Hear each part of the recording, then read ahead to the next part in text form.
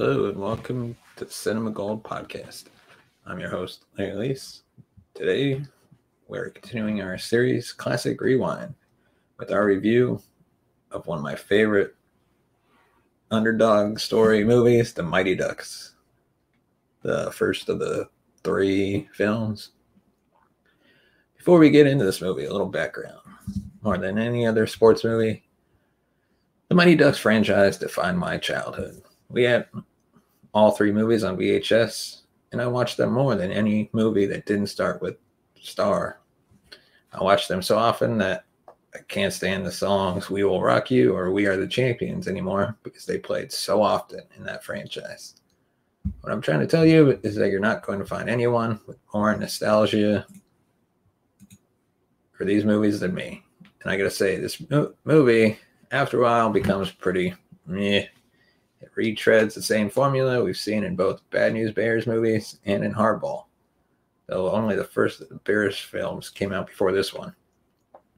We got an alcoholic adult who has no business being a role model to children, placed in the position of coaching a team that he wants nothing to do with because of other circumstances. This time it's because he's a big-time lawyer who got caught drunk driving. Big-time lawyers don't go to jail. They do community service. Lots of weird stuff stuck out as particularly weird to me as an adult that didn't register to me as a child too. There seemed to be no repercussions whatsoever for the rollerblading escapade through the mall. Somehow, Coach Gordon Bombay was able to get his team out of detention despite having no affiliation with the school whatsoever. Also, what are the odds that almost everyone on the team would not only go to the same school, but be in the same class? There's a lot of logistical problems as well. The more obvious ones are that there's no way the team would be allowed to play without real equipment. As the lowest seeded team, the Ducks should have faced the Hawks in the first round of the playoffs, not the last. And if the final game is the state championship, that means there are only 12 Pee Wee hockey teams in the entire state of Minnesota. Charlie Conway's mom chews out Bombay for his recklessness and his initial attempts to convince the team to cheat, but falls for him despite the two having very little screen time. It's comical when she and Bombay argue late in this film about his intentions because she was worried he'll bail on her and hurt Charlie when both characters have far more on-screen chemistry with Charlie than each other. Mighty Ducks is only a 104-minute film, which means that many things don't get as much time as they probably needed to develop more smoothly. To be fair, it's a comedy, so the focus probably wasn't on making every story beat as strong as it could be. But for all the things that were left on the cutting floor by necessity, we still retreated to a 2.5-minute poop prank and fast forward chase scene, which I gotta admit is a good part of the movie that I want, that I like.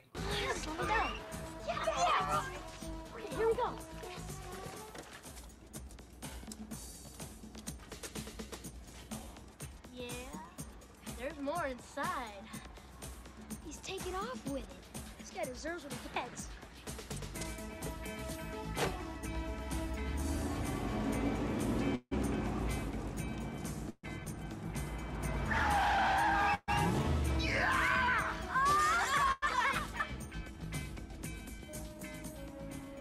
Oh, guys, he saw us.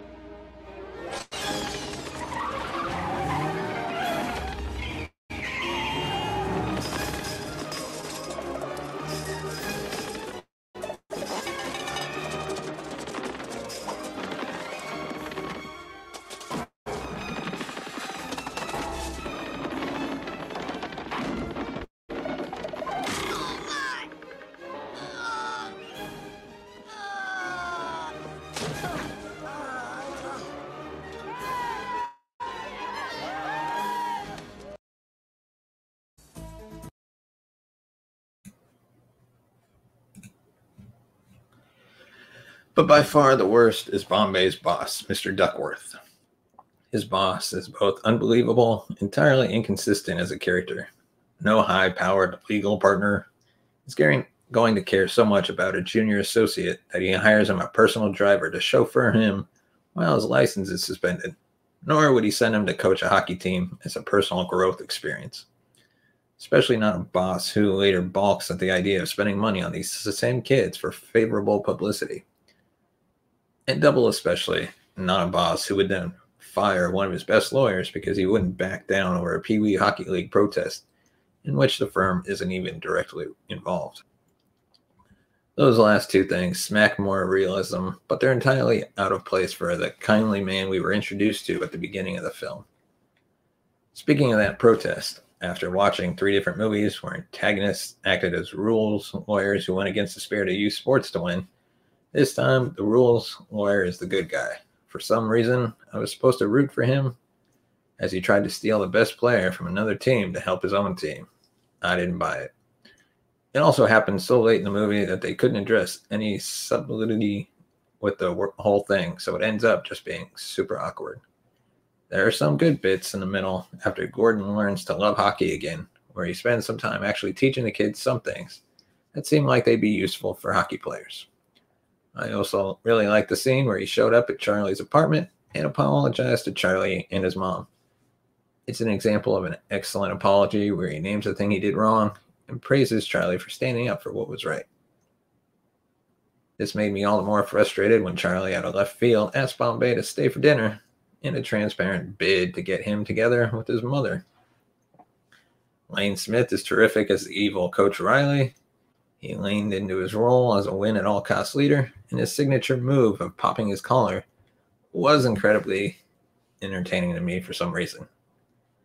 Does this movie hold up after watching it probably the 50th time? Not really. I mean, it could still appeal to grade school kids, but I honestly hoped it would hold up better to a more refined palate.